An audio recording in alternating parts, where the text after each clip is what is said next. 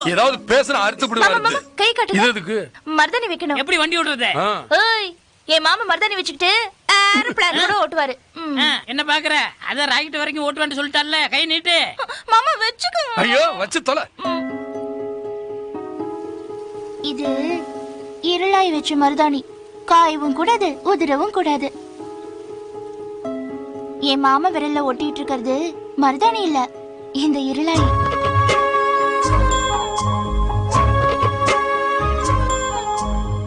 என் மாமா கை செவந்ததும் தன்னால இறங்கிடுவா.